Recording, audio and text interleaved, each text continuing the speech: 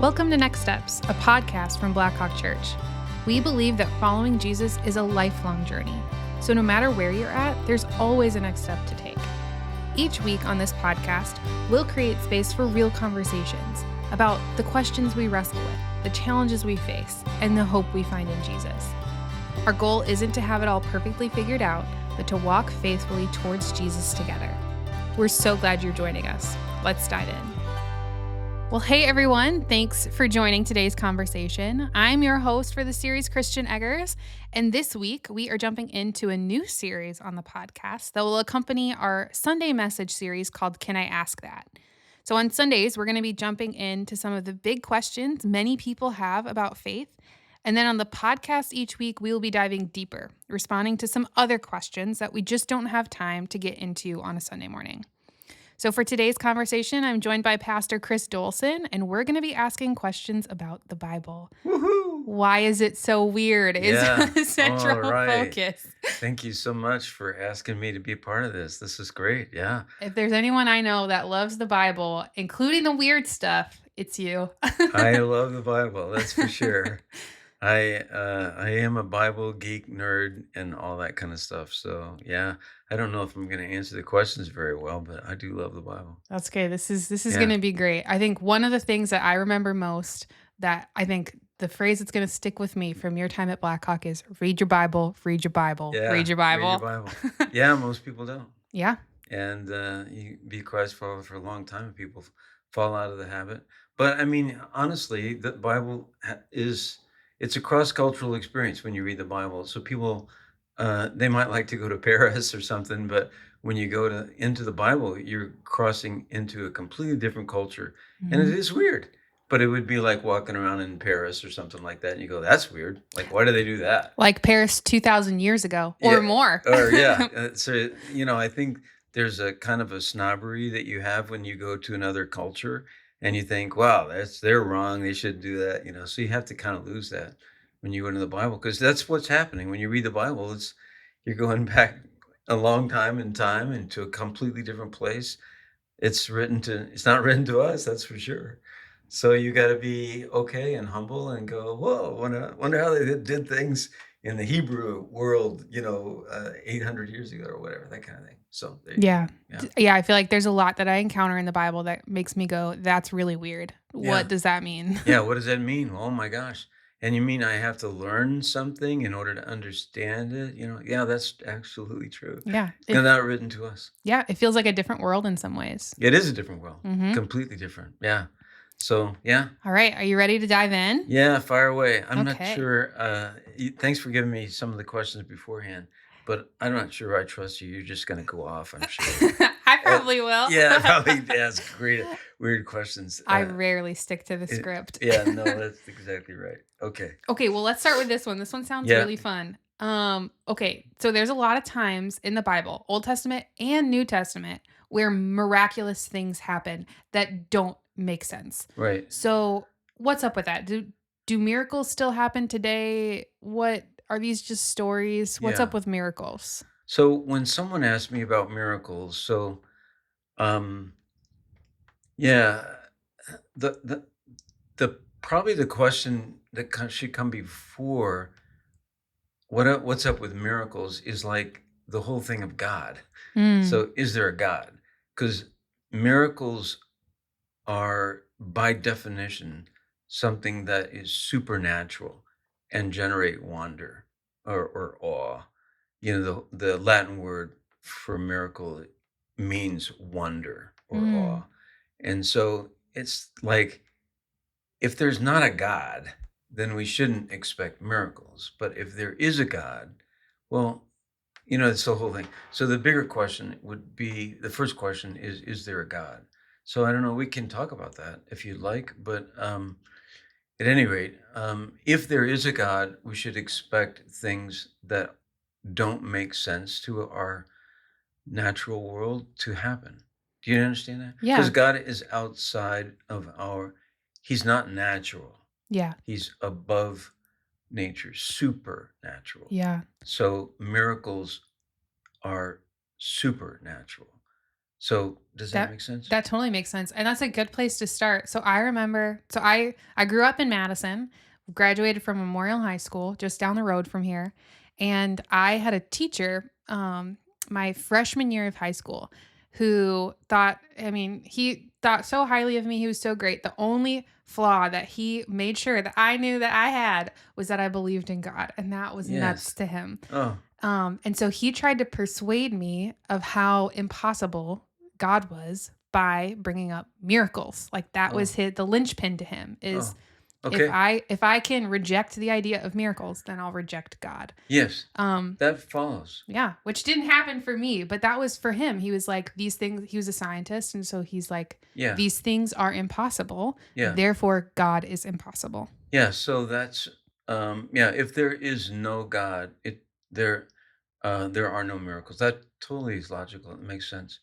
Let me just say, first of all, for your friend who is an atheist and try to persuade you, I feel like we sometimes we give the atheists a bad rap. Hmm. You know, Mm-hmm. um, I really don't like it when Christians make fun of atheists or they say, "Well, if you had a brain or something, you know, this is really awful." Because there are good reasons to be an atheist. Or my son, who's a philosopher, would say, "Don't say good, Dad. Just say there are reasons." But you know, so let's not do that with people that are wonderful people, loving people, and they have come to believe that there is no God. So they're in the minority, uh, you know, in historically and in every other way. But I think there are some really good reasons that God exists, and they're not slam dunk reasons. Like there's no sledgehammer argument for the existence of God. That if you pull out this argument, it smashes all resistance. Like hard evidence or something. Yeah, it's not there. Yeah, and we should be okay with that. Because we're not talking about a tree or a rock or something that occurs in nature. See, again, it gets this whole idea of natural. So if you're talking about a category that's outside of nature, so if I'm going to prove the existence of a rock or a tree or something, I just go point to it and stuff like that. It's kind of funny too, because the more you know about science, the more you know that, well, like there's light in this room. You can get a whole bunch of scientists together from UW or wherever. They can't even agree on what light is. Mm. And there's people that look at a rock and they can't even agree about exactly what's going on there. And those are things that we can actually see. So let alone something that you can't see. I don't know. I'm just talking on and on. Yeah. But I mean, so are there good reasons to believe in God? So I think there are. And then it should tilt the table in favor of theism rather than against it. Does that make sense? That totally makes sense. Yeah. So we, the atheists, uh, don't have. It's more difficult for them actually. How do you actually prove something doesn't exist? I That's don't harder. even know where I would start. That's harder Mhm. actually. So, are there good reasons to believe that God exists? And I would say that there are. So I can talk about that. That's Are great.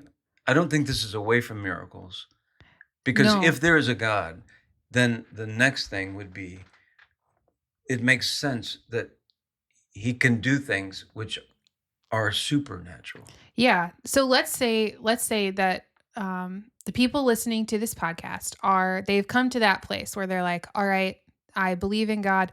Well, actually, maybe this is a good spot to take a pause and say, if people have more questions about that, about the existence of God, do you have some resources that you would want to Oh yeah, bump people to? yeah. There's a million. Yeah. And we'll put details in the show notes too. So Yeah. we can list a bunch of resources There's there. a book by Tim Keller that was written a long time ago, like 2008 or something, called "The Reason for God." Tim Keller, a pastor that passed away a few years ago, wonderful guy, pastored in Manhattan. So that's a great book. It's readable. It's very readable, and I think that would be a really good thing. Um, there's another book on evangelical theology by Michael Bird, and that's a great book too. That came out a while back too, but he's in Australia, theologian in Australia, and I would recommend. So I know everybody goes to podcasts and things like that, but everybody ought to own a book or two that would be helpful for them. Yeah. So Evangelical Theology by Michael Bird, Reasons for God by Tim Keller. And then for their super nerds, in terms of the existence of God, anything by Richard Swinburne, who's an Oxford philosopher, or Alvin Plantinga, who's emeritus from Notre Dame. Anything by those guys would be, but it's a different. You got to be nerdy. Yeah. Go deep, for those guys. That's Yeah. great. We Yeah. got some of those people listening, I'm sure. And let me say something else too, because the Upper House has the Lumen Center. It's right here in Madison. And so like Tony Bolos, like the guy, man. Brilliant. He's really, yeah. Mhm. So he's taught philosophy in schools and stuff. So I'm not Tony Bolos. He would totally be all over this kind of discussion. In terms of biblical theology, Garwood Anderson would be fantastic. History, Dan Hummel, then our own Charles Yu. And so if you have good questions and you want to, this is a city to live in. These are people who love questions. Yeah, absolutely. So, yeah. Okay, so let's say that the people listening, we're at the point where we're like, yep, okay. We believe in God. We believe in God. Sure. We believe that the miracles described in the Bible happened. Yep. But maybe we don't see miracles today. So do they still happen? How would you respond to that? Like, is that something that just happened in Bible times and it doesn't happen anymore? Or good question. Why don't we see miracles like that? So I actually saw a miracle. So on November the 2nd in 2016 in Cleveland, the Cubs won the World Series.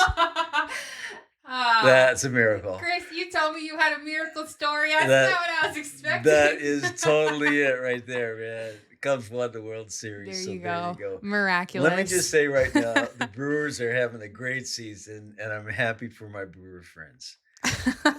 It's really remarkable. You're still praying for a miracle, though? Yeah, I'm praying for another miracle. I didn't think I'd ever see the Cubs win the World Series, but they actually did. So I'm glad you got to see that. Yeah. Okay. So let me talk about the fact that the Cubs winning the World Series or something that's kind of unbelievable. It actually happens. So that would not be a miracle. I mean, in a theological definition. So theologically, a miracle would be something that, it's outside of the natural order of things. And philosophers and theologians have to be real careful when they talk about laws of nature and stuff like that. There's a guy named David Hume that wrote about this. So, it's just generally speaking, there's no natural explanation for it. So, like the Cubs winning the World Series, there's a natural explanation. Yeah, they worked hard. Yeah, an owner spending a whole bunch of money, get the right people on the payroll and stuff like that. So, a miracle would be something that's there's not a natural explanation for it. It's above nature, supernatural. So, based on that definition, then I would say that miracles don't happen as often maybe as you'd want. People use the word loosely. So like I just did that. Cubs win the World Series, it's a miracle. I passed a test, it's a miracle. So that's the problem we're having with the conversation about this, is that the word is used loosely. So if you stick to the idea that it's really about something that there's no natural explanation for it, then that's the way I would define it. Then they don't happen that often. There's no natural explanation for the resurrection. That would be, an example. Yeah, 100% of the people that die stay dead. We've never seen anything else. Right. Yeah. There's, there are people that maybe have medically died, but they are revived and things like that. But the whole idea that you start to rot, you go through that process, and then you're resurrected. That's completely different. So, anyway, so I don't think they happen that often, but they do happen. And I think the other thing too would be they should be verifiable. That is, outside people who don't necessarily believe like you believe should look at that and go, there's no explanation for that. And so they produce wonder. It's like, what? So that kind of thing should happen. I think if you just get a bunch of Christians all saying that's miraculous, and if you don't believe that, then you see what do other people say? See that so it's objective kind of a thing. Yeah. Then and are there things like that that have happened? Yes. So that where there is no explanation, there's a guy named Craig Keener who wrote a 2-volume set on miracles, and he's got like one thing after another, and he brings in outside people, and it's like, there's no explanation for this kind of thing. So yeah, I have seen that. There there was a young woman who came to Blackhawk for a while, and there was no medical reason why she survived uh, a very difficult situation that she was in. The doctors were like, "There's no reason for this. I don't understand. I've never seen it." So those are the kind of things that you're kind of looking for you to go, "Okay, wow, there's something happened there that no one can explain," and so that's what I would say is a miracle. That's Yeah. not Okay, so really related. clean. No, that I mean, I don't think we're not looking for perfect answers here. We're Yeah, just that's why wrestling you with have me. questions. Yeah, that's me. Wait for Charles. Then Yeah, we'll get a then you get a perfect. perfect Yeah, answer. Yeah, he there you he go. always ties everything in a perfect bow. Yeah, let's get Chris on. Yeah, yeah. Okay. Okay. Okay. So related. There's a lot of healing that happens. Yes. Especially we see Jesus's life and Yep. and the disciples. There's Yep. all these stories of healing throughout the New Testament. Yep. And I mean, speaking for myself, I pray with people Yep. at almost every Sunday who are Yep. asking for healing for something. Yep. Sometimes they see it, Yep. sometimes they don't. Yep. So does God still heal today? Absolutely. Yeah, absolutely. I do the same thing. And I also pray for medical teams and that you would work well with your medical team and stuff like that, that would go well and you get, that's kind of thing. Because and when God heals through medicine, those are things that God has put together anyway. I mean, He's gifted brilliant people to figure out. We used to have somebody at Blackhawk that they worked downtown and they were slicing DNA. Like, what is It's that? so What does that crazy. mean? Like, like it's sliced salami or something like that. Took me into this lab. I have no idea what I was looking at or anything like that. But I mean, God has gifted brilliant people to do brilliant things, and medicine is wonderful and all that kind of thing. So, but that wouldn't be a natural. That would be like a natural explanation for something. So supernatural would be there's no explanation for that. No medicine that they took, no surgery. Something different took place, and we don't have an explanation for it. So I pray for that with people all the time. Yeah. And so you would say God heals through both natural and supernatural means. Absolutely. Yeah. Yeah. And I would say I've seen that. Yeah. Now I'm not gonna grab a bunch of researchers and dig down deep, but anyway, Yeah. That's good. it's an there is an issue of faith, and then I don't think we should poo-poo the notion of faith. Again, it all goes back to is it more reasonable to believe that God exists rather than He doesn't exist? That to me is more important than the argument about miracles or anything like that. If God does exist, we should expect miracles. Yeah. Absolutely. Yeah. Because he does not behave within, quote, the laws of nature or something like that. Right. Yeah. Outside of that. That's good. Mhm. Okay.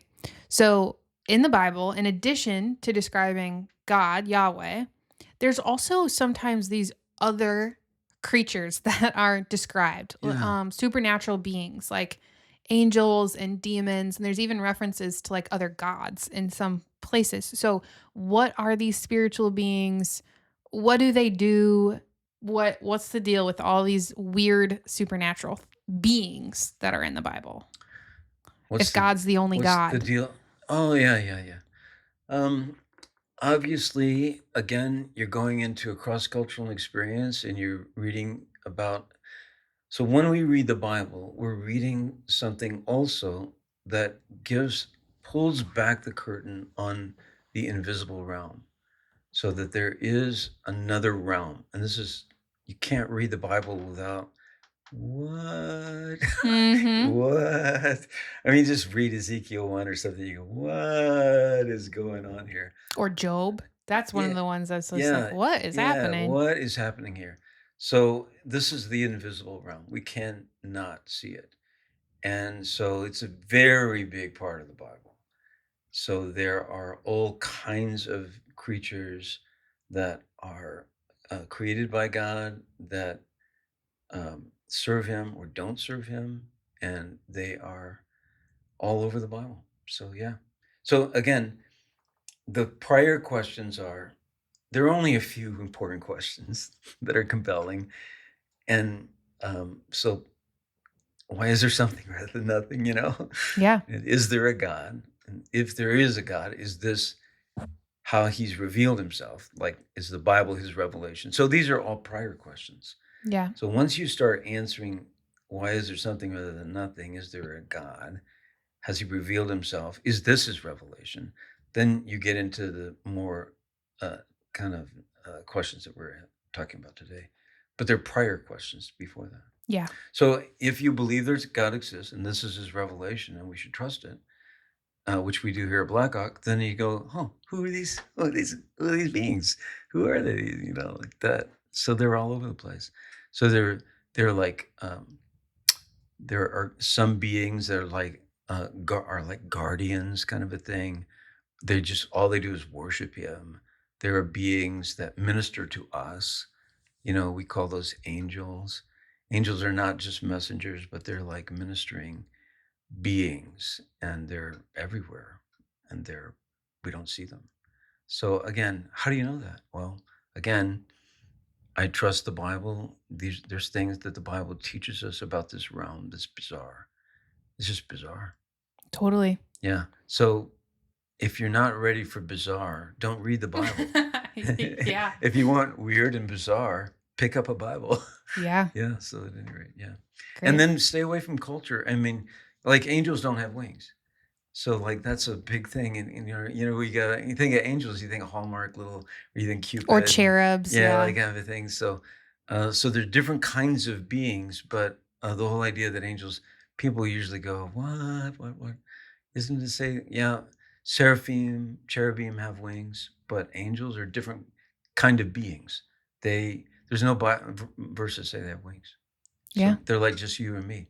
In fact, in like Genesis and stuff, you're not sure if you're actually with an angel or if that's a human being. Hebrews 13 refers to that also.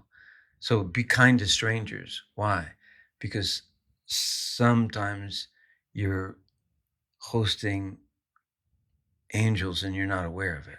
Yeah. I know. Crazy. And And then there's all these other times in the Bible where people meet angels and they're terrified. terrified. Yeah, That comes up over that's and over that's again. usually the Terrified. standard line when you see like when Gabriel shows up, and they don't have names either. So there's only Michael and Gabriel, and that's it. Those are the only two named angels. Yeah. Anyway, Okay, related. So we talk about, and sometimes I hear people use these interchangeably. We talk about the devil, Satan, Satan. and demons, Yeah. plural. Mhm. So what's going on there? So adversary, they're adversaries. So they are. This is hard to conversation. Is deep. So Satan is both a noun and a verb. It's like the word exit or something like that. It's both a noun and a verb. So in the Satan is a Hebrew term, Satan. So actually, when you say Satan, you're actually speaking Hebrew. You just don't know it. And many times it's referring to the adversary. It's better to think of it as the adversary rather than like his name. The New Testament uses the term diabolos or devil. That word never occurs in the Old Testament. It's a New Testament term. And so there is the leader of the adversarial group and the Satan, and he is the devil. And so I can't remember what your question was now, but we just have to be. So like He's a real being. He got followers. He's against God. He hates God. He hates Jesus. He hates the cross. He hates the gospel. He hates us. All that kind of stuff. that's one character, and then there's like beings below. Yeah. him. There's like a hierarchy that we see in the Bible, and yeah, um, he's maybe I don't know, I wouldn't say benevolent dictator, but I mean, he's the leader of the adversarial group and stuff like that. Yeah. He's a mysterious figure. Um, yeah, I could talk more about him. But Yeah. The devil talk. Yeah. Yeah. Okay. And so then one more related follow-up question. So Let like, me get back go to the ahead. devil for a Go second. ahead. So this is another one of those places where I think Christians are naive. It's like when we make fun of atheists or something like that. We shouldn't do that. And we shouldn't make fun of uh, the devil or Satan. I think you're falling into a trap if you do that. He's brilliant, and we're no match for him. Yeah. Period. Yep. And so we need supernatural help in order to. He's very powerful. So let's respect. We're not worshiping him. I'm just saying, be careful. Understand that he's real. Yeah. Yeah. That's good. Okay. So then, getting back to Job, it talks about, so in the Bible, it's very clear. The Jewish faith, Christian faith is monotheistic. They believe in one God.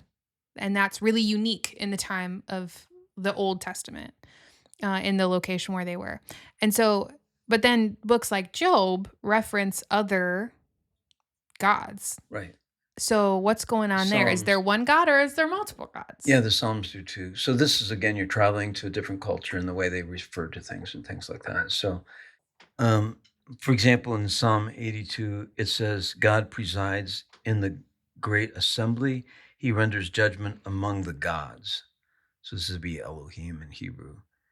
And that's plural. Mm-hmm. And then you read further down in verse 5, the gods, the Elohim, know nothing, they understand nothing. They walk about in darkness. All the foundations of the earth are shaken. I said, you are the Elohim, gods. You are all sons of the Most High, but you will die like mere mortals, and you will fall like every other ruler. So that's a great passage in the Bible that does say that there are other gods. So what this means is that there, theologically, just to cut to the chase, there is only one ultimate God, God of gods. That's Yahweh. Only one Yahweh. But then there are other beings who are called Elohim in the Bible, and they're a lot of places all over the Bible. So when people say, "Is there only one God?" You want to say yes right away to that, but you're not being true biblically when you make that statement, because again, it's an understanding of what Elohim means and all that. They were called gods, and again, that's traveling to a different culture, a different land in Wisconsin, Protestant, Catholic America. We just think that there's one God. Biblically, they're all gods. There's a bunch of gods, but there's only one great God who's God of gods, King of kings. That's Yahweh. Lord of lords. Yeah, that's Yahweh. Or Jesus. Yeah. Great. Yeah. Okay. A little bit of a different question. Oh, can I get back? Michael Heiser, we should advertise. Sure. Heiser's book. Heiser's a graduate of UW, passed away a few years ago, friends with Charles. And anything that he does, and he's got a podcast that was out, any of his works, he delves into this quite a bit, and I would recommend that. And then our friend Tim Mackey in the Bible Project, they have podcasts on these kind of things, and that would be helpful for folks too. And we've done a series at Blackhawk on the Unseen Realm, so that would be another good one to go to. Yeah, we did that several years ago. Yeah. A lot of fun. Yeah. All right. Okay, so moving on to a different part. This is something that I feel like we get questions about in different ways pretty regularly. So there are some weird laws and punishments for laws in Leviticus. So let's start there. So we can just acknowledge there are some weird laws in there that don't make sense to us in 21st century America. That's the way to say it. And then it seems like the punishment for breaking some of these laws is so extreme, getting stoned, getting banished, getting like the cost for transgressing some of these laws seems real steep. So what's up with the laws in Leviticus? Why are they so crazy and extreme? Well, again, when you say crazy and extreme, so that's like you're walking around in Paris and you're going, "This food tastes terrible." You know, you're being judgmental and you're offering a judgment. You don't, you're, it's a kind of cultural snobbery, basically.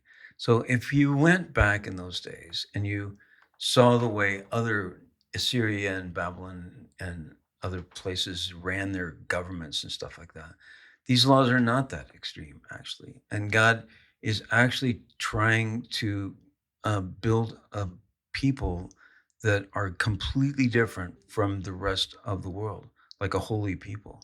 So they get our attention. Yes, for sure. They're not as extreme as other laws in that world. And he's trying to build a group of people that were completely different than everybody else. It's in the crossroads of the way the world worked back in those days. If you just look at the eastern side or the eastern side of the Mediterranean, and then there's a big desert on the far east of that, and that's a little corridor that if you were going to Africa, if you're going to Europe, Asia, you went through this little corridor, and he's trying to have a people group that looks so different from the rest of the world. And these laws are intended to cause people to go, yeah, wow, you're different from everybody else. And I'm interested in who your God is, and I want to worship your God. That's the idea behind it.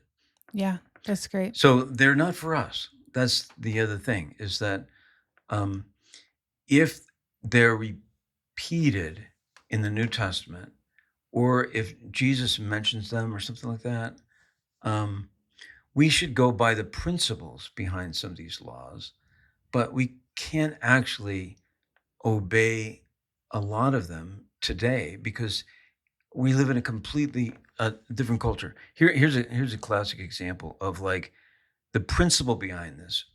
It's kind of like that's what we should go for. So here's Deuteronomy 24, 14 and 15. Do not take advantage of a hired worker who is poor and needy, whether that worker is a fellow Israelite or a foreigner residing in one of your towns. Yeah, awesome. Okay, great. This is about justice. It's about poverty. It's about generosity. Yeah. So the next verse, pay them their wages each day before sunset. Oh, we Okay. don't do that. Yeah, right. Okay. Blackhawk doesn't do that. What Yeah. are we doing, Blackhawk? Yeah, right. So it's like, okay.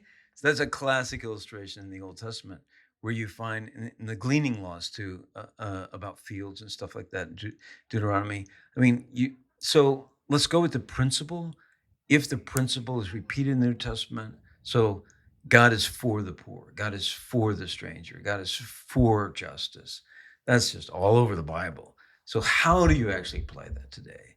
So if you go to verses in the Old Testament and say, well, we don't have fields that people, make sure people can glean from here. We don't have that today. So again, you're going back to a different culture. So if it's repeated in the New Testament, if it helps us, if Jesus talks about it and stuff like that, yep, for us today. So the whole covenant, though, we don't live by that covenant anymore. We live by a new covenant. And the old covenant was supposed to change our hearts anyway, and it didn't for the people that followed it. But we are supposed to have completely different hearts today following being members of the new covenant. Does that make sense? It does, yeah. Yeah. So that's what I would say to people today. And then they can always ask their friendly AI bot, what would Tim Keller say about X verse or whatever? And so that's going to give you an answer too. Or even so I'm in seminary, so I've taken Old Testament and Old Testament exegesis and things like that. And so this question came up in class, like, wow, these laws seem so extreme. And our professor had us actually read some of the laws of the Assyrians and of the Babylonians as like a comparative. And Yeah. it was really eye-opening. Yeah. Isn't that great? So that's something I could recommend too, is like just again, I'm from the Google generation. You can go ahead and just Google it. Absolutely.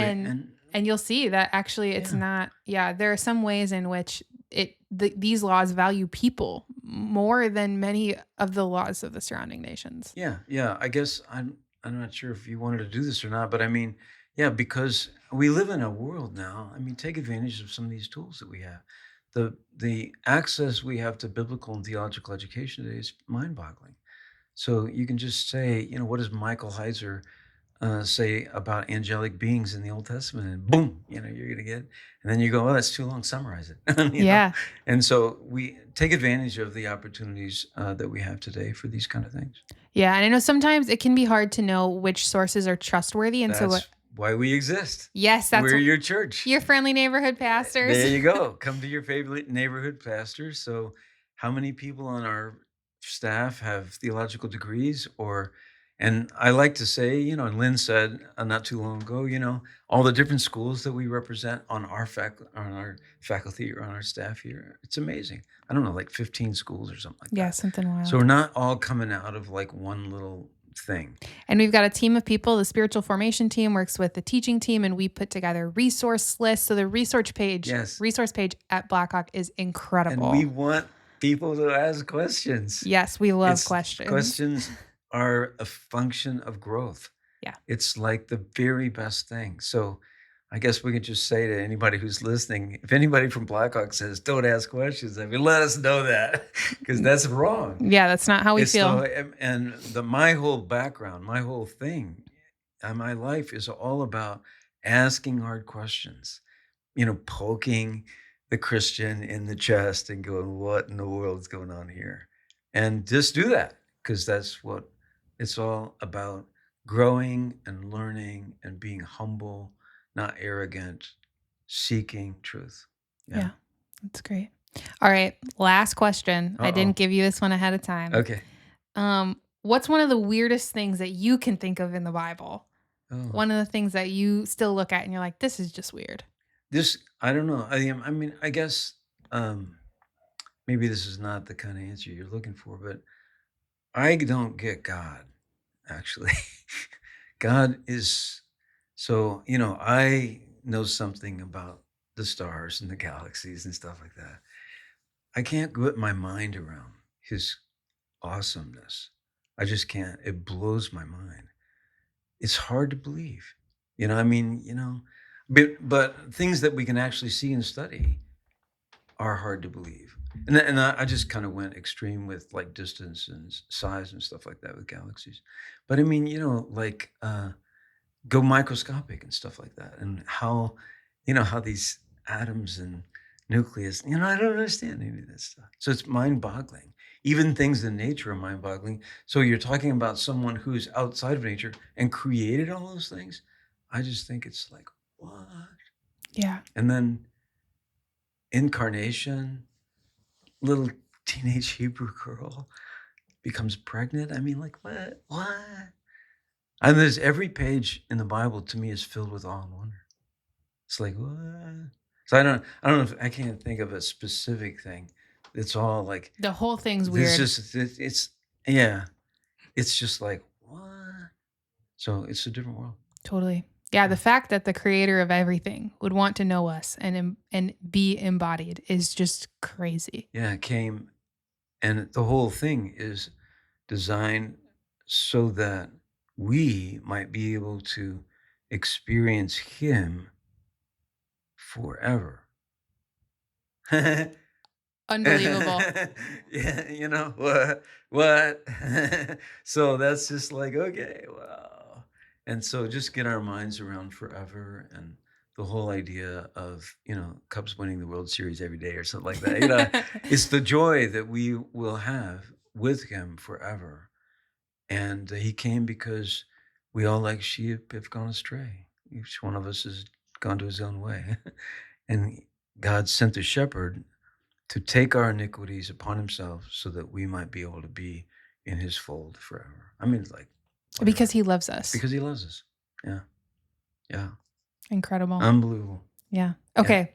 Well, that's a really good note to end on. Okay. I know we could keep doing this forever. Forever, just yeah. asking questions, but this Yeah. has been so fun. So thanks Yeah. for joining us. Hey, you're in charge of things around here. Bring in the Bible nerd more often. I'm happy to talk to people.